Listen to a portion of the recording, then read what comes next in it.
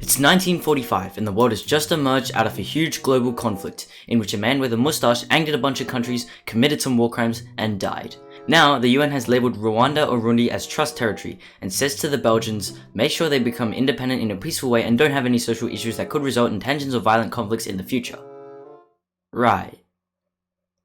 In the 1940s, King Rutara III abolishes the Yubaha system, a system that pretty much turned the Tutsi into feudal lords, with the Hutu working underneath them as peasants. The 1950s saw the introduction of electoral representation for Rwandans, which gave the Hutu power. The Belgians knew they were the majority and would gain control democratically. The Catholic Church begins to promote equality, and its extensive popularity with the Hutu gives them hope for more equalities and reforms within their society. In 1957, the Bahutu Manifesto was published by 9 Hutu with very large brains. The manifesto identifies the inequalities within Rwandan society and calls for the liberation of the Hutu people from white colonials and the Hamitic oppressors. The manifesto highlights the social, economic, and political control of the Tutsi and denounces the exploitation of the Hutu.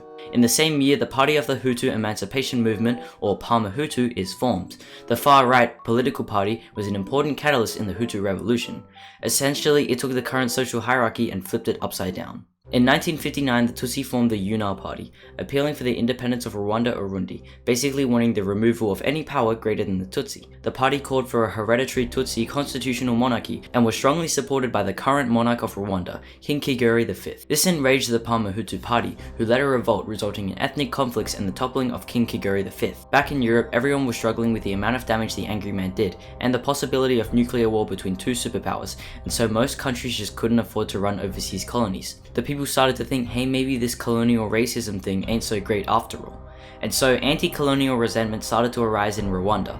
The people's hunger for independence also proposed the question who would be ruling when the Belgians left. This further intensified the tension between the Hutu and Tutsi, along with unrest against UN mandates. In 1960, the conveniently pro-Hutu Belgians decided to hold democratic municipal elections. This essentially put the Hutu majority in power to decide the fate of Rwanda through the elected Hutu representatives. The Tutsis were consequently excluded from political power and many were killed or fled Rwanda. In 1961, the Rwandan referendum abolished the monarchy, liberating them from the Tutsi oppressors and opening a gateway to a future of freedom.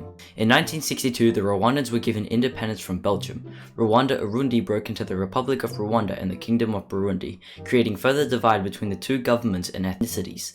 To the Hutu, the Kingdom of Burundi housed Tutsi who had fled from Rwanda and could potentially take away the freedoms and reforms they hoped to enforce. To the Tutsi, the Republic of Rwanda had once been their kingdom, where they ruled over the Hutu. Now it had taken away their power and threatened to exile or kill them. From 1961 to 1962, Tutsi guerrilla groups would stage attacks into Rwanda from nearby countries, forcing Hutu-based troops to respond, killing thousands during these clashes. In 1964, the government started to suppress political opposition, not that the opposition would do much anyway. Many of the Hutu people had existing resentment for the Tutsi oppressors, and likely would continue to support the pro-Hutu government for more reforms and power in their favour. Many political parties were banned and many Tutsi members executed. Continued support of the Hutu majority from the Catholic churches meant they were closely associated with Parmehutu. In 1973, Defense Minister Juvenal Habyarimana overthrew the first president of Rwanda in the coup d'etat of the 5th of July. Essentially, he used the military to betray the current president and seize power for himself to enforce his far-right ideologies. While all the independence movements and clashes had been going on, existing Tutsi members of the army were persecuted, mainly because the army was primarily made of northern soldiers. Habyarimana had requested for further persecution, which was denied by the current president. The army labelled the president as weak and turned their loyalties toward Habyarimana. Finally, in 1978, Rwanda became a one-party totalitarian dictatorship ruled by the MRND. Habyarimana would later use his position of power to encourage anti-Tutsi racism and Hutu power, which would later lead to the Rwandan genocide in 1994.